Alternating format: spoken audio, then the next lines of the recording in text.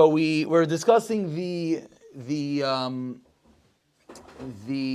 different kitchen mishaps. We coined it to start, and then we went into basic basar v'chala of the different kelim, the different utensils, par of noodles, and ultimately last night we spoke about how long you have to wait between milk and meat. To add on just a few details, and then we'll conclude with hard cheeses.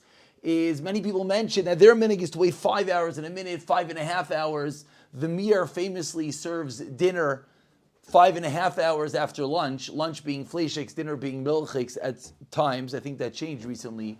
And when different people ask from Nosson Tzvi, but my minhag is to wait 6 hours, he famously would respond, and the similar shmuas that comes out of Lake, with a 5.5 is 6. And that's where a lot of these different minhagim come from, to wait 5 in a minute and 5.5, each to their own minhag. But just to add on to what we spoke about last night, we had mentioned it in passing the night before, that if someone licks gravy, Erev Shabbos, they're cooking, and they put a little gravy in their mouth, and they swallow, and oy, tasted wonderful, but shoot, now I can't have my coffee. So in that scenario, you have to wait your 6 hours, because that scenario, you're fleishiks. However, it's very different if someone, licks their finger and realizes and quickly spits it out, quickly rinses their mouth out. Maybe there's like a dot that they tasted it for that moment, but because you don't have the reasons of waiting, like we mentioned last night, it doesn't go between your teeth, nothing goes into your system, etc. Those would be the cases that one does not have to wait 6 hours. And to conclude, there's something called hard cheese. And this is waiting between milk and meat, the reverse. Milk, we know you're allowed to have milk, and then you're allowed to have meat. Actually, I'm getting dirty eyes from the Chassidim amongst us. The Graz famously writes, based on the Zohar, that you're not allowed to have meat right after milk in the same meal. That's the chumrah of the Graz. And many have such a minhag that they won't eat it in one meal. That's what you do, right? You won't eat it in one meal.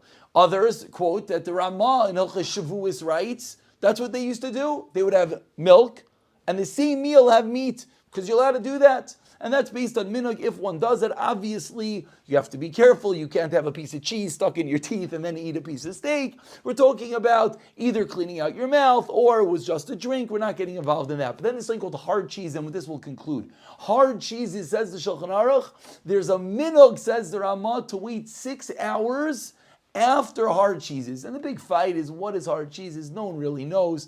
You look at the words of the Paiskim, it's very confusing. So to end with two details to make this a little less confusing. Number one is, Ramesha writes, it's a minhag, it's not a din. Doesn't mean you shouldn't do it. You switch around the words of minhag, it gets gehenim. You got to keep minhagim. But what if the cheese is melted?